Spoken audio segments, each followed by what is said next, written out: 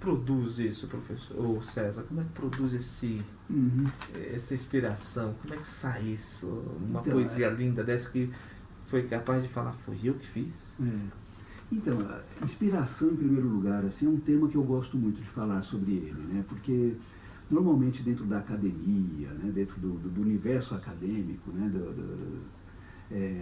a inspiração não é muito bem vista. Não? Né? Não é, porque assim, o que sempre se acreditou no meio acadêmico é o seguinte, né, uma obra de gênio, ela é feita de 5% de inspiração e 95% de transpiração. Né? Como se, né, a inspiração fosse uma coisinha menor, né, que o que valesse mesmo fosse o trabalho duro, tal. Mas eu digo o seguinte, né, se só intelecto bastasse, né, todo teórico de literatura seria um grande escritor, e não é. Né? Então tem né, todo teórico, todo estudioso de música seria um grande compositor, e não é. Então só conhecimento não basta. Né? Existe essa coisa imaterial, que a gente nunca sabe de onde é que vem, que a gente dá o nome de inspiração, mas que ela existe. Então, assim, é aquela fagulha, aquele clique, aquele insight, você pode dar o nome que for, mas o fato é o seguinte, né? Eu tenho um amigo que ele brinca, ele fala assim, olha, o primeiro verso é dado pelos deuses. Né? Então, é um pouco por aí, assim, né? Você não sabe de onde é que veio aquilo, mas a inspiração, ela existe. E citando agora, né, um poeta chamado Ezra Pound, né, um poeta americano, ele costumava dizer que o poeta é a antena da raça. Né? Eu não sei até que ponto a gente pode falar, né, que só do poeta como antena da raça, acho que a gente pode falar de qualquer pessoa inspirada, né, como antena de sua raça. Né? Mas o fato é assim, a imagem da antena me agrada, porque a antena tem que fazer o quê? Né? Captar os sinais, estar em sintonia. E eu acho que na medida que qualquer criador, né, ele está em sintonia com a sua gente, com o seu tempo, né, com as suas próprias aflições, ele capta isso. Né, e então, assim, surge algo que vem do inconsciente, ou que, né, que dialoga com ele por algum canal, e ali surge aquela fagulha que vai dar num texto, que vai dar numa tela, que vai dar numa composição. Né. Vai surgindo, vai indo. E aí entra também, né, todo o teu alimento cultural também, todo o teu alimento familiar, né, tudo isso vai se misturando. Né? É como um trabalhador normal trabalhando, né? Como um pedreiro construindo, como um dentista cuidando dos dentes do seu paciente. Esse é o processo. Porque assim, né, uma parte você tem a ideia. Né? Agora, depois de que surgiu a ideia, você vai ter de trabalhar, executar. Eu gosto muito dessa comparação que você fez, né? Porque não gosto muito quando as pessoas falam de um artista como se fosse alguém especial na sociedade. Ele não é, ele é um trabalhador como o outro. Né? Então, o padeiro sabe fazer pão, eu sei fazer poesia. Não tem uma diferença, né, entre mim e ele. Né? Nós somos pessoas iguais. Ele faz o melhor para fazer um bom pão e eu faço o melhor para fazer um bom poema. Né? Nossa, é muito... Eu acho que essa atividade, né? Esse momento assim, em que a gente senta um dia chuvoso, que pega um livro e cita ou leia, parece que a gente dorme até mais leve, né? No meio, mudando agora para cá, no meio acadêmico, é uma matéria do curso, professor? Eu tenho agora como professor mesmo, professor César, no curso de letras ou pedagogia, não sei como funciona, há uma matéria específica de poesia, não? Não. Pelo menos quando eu fiz letras, né, o que você tinha era o quê? As literaturas de cada povo, né, então você estudava literatura portuguesa, literatura brasileira, literatura africana, né, literatura inglesa, literatura norte-americana. Aí dentro desse conjunto das literaturas você via, né, a poesia, mas você também via o romance, né, o teatro, então via-se de tudo. Né? E tinha dentro da teoria literária, né, o estudo dos gêneros literários. Aí a poesia era vista dentro da teoria literária como um dos gêneros a ser estudado. Né? Mas assim, uma matéria específica, né, só voltada para a poesia, não há. Não há. Aqui no Brasil as pessoas, aqui vai uma opinião minha, né? Eu acho que deveria ter Eu acho que tem muita aula de gramática, muita aula de gramática, muita gramática e pouca poesia, pouca... o senhor concorda com isso, não? Concordo, porque... Fica muito ali no verbo, advérbio, se ele é adversativo, se ele não é adversativo. Eu acho que cansa, eu acho que um pouquinho de escutar ou de recitar um pouquinho de poema, eu acho que valeria, acho que seria mais válido dentro desse processo acadêmico, ou não? Eu estou falando besteira? Não está falando besteira, não. Mesmo porque, assim, né, existe toda uma visão metodológica, né, hoje em dia, que é exatamente assim, de você não ter mais a gramática pela gramática, né? Fica um tanto quanto absurdo, né? Eu me lembro, por exemplo, assim, né, quantas vezes você ia e ensinava, por exemplo, né, separação de sílaba e problema. O cara fazia o exercício de separação de sílaba direitinho. E quando o cara ia escrever o texto, né, você ia ver lá aquela mesma separação de sílabas, que tinha acertado naquele exercício de separação de sílabas, mas ele escreveu o texto e ele separava errado. Então, quer dizer, ele não estava associando aquela separação de sílabas, né, que é feita com a palavra isolada, né, e ninguém, quando está escrevendo, divide uma palavra de 3 sílabas, né, em 3 momentos. Então, né, então, você tem de mostrar no texto como separa a sílaba, e não no exercício isolado só. Né? Então, jacaré, né, não adianta você colocar, né, o cara separa lá direitinho, jacaré, né? Aí, quando ele vai escrever o texto lá, ele vai separar no C, no Jackson, e põe o aré na linha de baixo. Você fala, pô... Então, né, assim, então tem de ver, que ele tem de saber o quê? Né, que a separação de sílaba ela é válida, né, no momento em que ele vai escrever. Porque, fora isso, para que você separar a sílaba? Não é verdade? É só quando não coube tudo numa linha que você vai jogar para a linha de baixo. Né? Maravilha.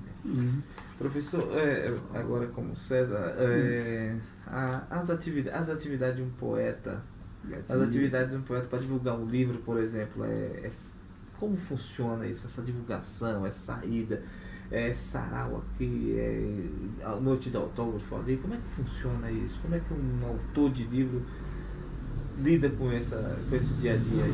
Quando um autor não é famoso, que é o meu caso, né, o livro não se vende sozinho. Então não adianta você escrever o livro em casa, o editor vai, edita e manda o livro para a livraria e o livro vai vender. Né? Isso aí acontece só com um autor muito famoso, muito consagrado. Né? Então, autores que estão aí na batalha, como eu estou e como a maioria dos autores estão, é a presença do autor que ajuda a vender o livro, que faz o livro acontecer, né? E para isso você tem mesmo, assim, de arregaçar as mangas e ir para os lugares, sabe? Assim, ir para os salões dos livros, né? Para as feiras, para as faculdades, para os saraus. Então, é um trabalho de campo, né? É um trabalho que todo autor que quiser fazer a sua obra acontecer, ele precisa estar atento a isso, ele precisa se preparar para falar sobre o seu livro, para falar sobre a natureza do seu livro. Então, se o cara é um escritor de romances, né, ele tem de estar preparado para falar sobre a natureza do romance, o que é uma narrativa, como foi a montagem de um personagem, como é que ele monta um personagem, ele tem de estar preparado para isso. Né? Professor, acho que a gente já está tomando muito do seu tempo, é um tempo muito precioso, e esse bate-papo para mim aqui está muito gostoso, eu acho que vai bombar aí na internet, ó. Vamos junto aí, hein? Eu acho que aí a galera que gosta do senhor, que tem essa imagem como tem, eu acho que a grande maioria das pessoas que estão nas faculdades, das pessoas que te acompanharam, inclusive pessoas de igreja, como foi o nosso caso, onde nós convidamos pela primeira vez, né? Assim, é uma grata, para mim, uma grata satisfação, né? A gente ter esse contato, ter esse... Porque o que eu percebo, esse é pessoal, que as bibliotecas não estão mais como eram. As novas mídias estão tomando muito espaço. Eu acho que aí é onde entra o lado empresarial, empreendedor. Eu acho que esse é o ponto que eu queria chegar. Como ser empreendedor da poesia? Como é que empreende poesia? Como é que faz vender poesia? Como é que se eu chego e falo assim, tá aqui a poesia, como isso Como é esse processo empreendedorístico aí, professor? Uma coisa que eu vejo é o seguinte, né? A poesia em si, ela nunca morreu e nunca irá morrer no ser humano. Não vai. Enquanto o ser humano existir, tá? O que pode mudar é o quê? Né? São as formas de se ter acesso a essa poesia. Né? Então, antes de haver livro, né, as pessoas iam para a praça pública escutar poesia. É verdade. E agora, né, a gente está num momento de transformação também dos meios de comunicação. Então pode ser que o computador seja um meio de se ter contato com a poesia. Né? Né? Então, assim, cabe, né, a cada autor perceber o quê? Né? Como é que ele pode adequar a sua linguagem aos novos meios que estão surgindo. Mas é um trabalho a ser feito. Né? Ninguém sabe exatamente como fazer. Né? A gente não tem essa bússola do tempo nas mãos. Né? Mas o importante é estar atento, é tentar acompanhar a evolução das formas de linguagem, porque a poesia em si, né, ela sempre fez parte da humanidade e continuará fazendo. Um autor de quadrinhos aí que acho que todo mundo conhece, que é o Maurício de Souza, que eu não queria falar o nome, mas vou falar. Não, tudo bem. Depois ele faz um anúncio com você aqui. O Maurício de Souza, ele certa vez disse o seguinte, que a única visão que criadores precisam ter é de que o mundo está em transformação, de que precisa adequar sua obra a essa transformação. Ele está correto. Ele pensa como empresário, pensando como empresário, ele fala assim, como empresário eu tenho que estar de olho onde se pode colocar a minha obra, né, onde posso colocar as revistinhas. No caso do senhor também, né? O senhor tem que estar de olho ali onde está o adolescente, onde está a criança, onde está o adulto, para que eles possam ter a atenção, para o senhor ter a atenção deles, né? Assim, no momento em que eu crio algo, eu te juro assim, que eu nunca penso nisso. Não? Né? Não, porque eu acho que se você ficar pensando assim, olha, eu estou escrevendo isso aqui, mas eu estou escrevendo para a criança. Não, eu estou escrevendo isso aqui, mas é para aquele adolescente que está caçando Pokémon. Tá. Se você começa, né, isso interfere no que você está criando e pode estragar, né, o caminho da criação. Eu acho que depois que está pronto, sim, aí você pensa, como é que eu posso veicular isso que está pronto? Né?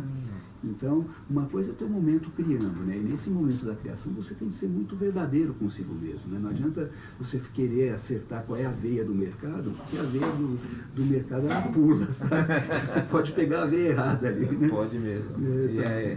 Ainda bem que o senhor tem... É uma visão diferente do que é o mercado hoje, né? O mercado hoje é muito agressivo, muito forte. As pessoas querem simplesmente agredir mesmo, né? Para vender o teu produto. No caso, o senhor não encara isso como um produto. Não encaro. Eu vejo assim que o livro, depois de pronto, sim, ele é um produto, claro. Né? Mas enquanto eu estou fazendo, enquanto eu estou criando, não. Ele é, né, assim... uma expressão, né, deste ser humano, César. Uau! Né? Muito bom. Professor, eu, assim, particularmente, gostaria que o senhor fizesse falar um poema. Um poema para nós, mas terminar esse vídeo em alto estilo, em grande, como diria, como se fosse a cereja do bolo, né? Tá legal. Aquela cereja do bolo, aquela poesia. Gostaria que o senhor recitasse para nós. Algum em particular que você gostaria de ouvir? Eu gostaria do trabalho. Eu amo aquela aquele poema do trabalho. Se você não comprou o livro do professor, lembrando que, licença aqui do professor, vou pegar aqui para fazer a nossa merchandising mesmo. É verdade, cara. Olha aqui, ó. Vai estar aqui o nosso professor, vai estar dia 10 de setembro, lá na Nobel, do lado do Extra, da Faria Lima, não? Salgado Filho. Da Salgado Filho, é diferente. No osso, se você escutou Faria Lima, esquece. Salgado Filho. É Salgado Filho. Filho do Bosque Maia. E lá no estacionamento do Extra ainda tem um... Tem. Quem é cliente da Livraria Nobel não paga para estacionar o carro no Extra. Eles dão uma carimbadinha lá, validam o seu estacionamento e você não paga. Olha aí que maravilha. Então, dia 10 vai estar lá o Dicionírico, prosa, poesia e riso, de A a Z. Uau! Não, né? Não, mano. Então ele chama dicionírico, né, exatamente porque é uma brincadeira, né, junção de dois nomes, né, um dicionário com um mundo onírico, um mundo dos sonhos. Né? Então ele virou um dicionírico, ele é um dicionário dos sonhos. Né? Olha que maravilha. Então não perca. Agora nós vamos ter a poesia do trabalho. O nome da palavra é... O nome do poema é pão, mas o tema é o trabalho. É o trabalho, eu lembro só do decorrer do poema. Tá legal. Professor, tá legal. Então vamos ver. fica à vontade. Pão. Trabalho. Suado. Bem suado. Abençoado som sirene que convida a trabalhar manhã. Vou trabalhar em quê? Vou trabalhar pra quê? Vou trabalhar pra quem? Vou trabalhar pra mim. Vou trabalhar sem fim. Abençoado pão, que do trabalho deriva e se reparte. Vou trabalhar sozinho, vou trabalhar sem ninho, tomei café sem leite, está me faltando ar puro. Vou trabalhar por quê? Vou trabalhar pra quê? Abençoado trabalho que se multiplica, em que se aplica a mente, a mão, o amor. A ciência pode ser sagrada, o suor pode regar o solo, a arte pode ser farol, e tudo ser necessário para a constituição de mesas, mentes e almas fartas. Progresso natural, sereno, equilibrado. É necessário muito trabalho para manter o cenário intacto e permitir somente ao vento o desenho das estações. Mas na idade do cromo, os homens derretem. Vou trabalhar com o quê? Vou trabalhar para quem? Vou trabalhar para mim? Vou trabalhar sem fim? Não há melhor trabalho que o bem que cada trabalho edifica. Mãos sujas se tornam limpas. Se não há bem, não é trabalho. Suado, bem suado. Abençoado o pão que do trabalho deriva e se reparte para alimentar manhãs. Professor César, muito obrigado mais uma vez. Eu que agradeço. Esse poema é bonito, está ali no canto bélico, é isso? É isso, tá no, não, ele está no Ciclo da Lua. No Ciclo da Lua, isso. E depois ele saiu num outro livro que foi uma antologia sonora que eu fiz chamado Verso em Voz. Então é um livro assim só com os poemas mais sonoros que eu fiz e gravados num CD também. Tem tudo isso aí. Tá tudo lá na Nobel. Tá tudo na Nobel. Não deixe de ir lá visitar, comprar os livros do nosso professor César Magalhães. Agora não é muito professor, não é só chamar professor, né? César. O livro do César. Gente, obrigado. Acompanhe nas nossas redes sociais. Nós vamos estar lá nas redes sociais, nós vamos estar divulgando esse trabalho. Até a próxima, até o próximo vídeo. Valeu!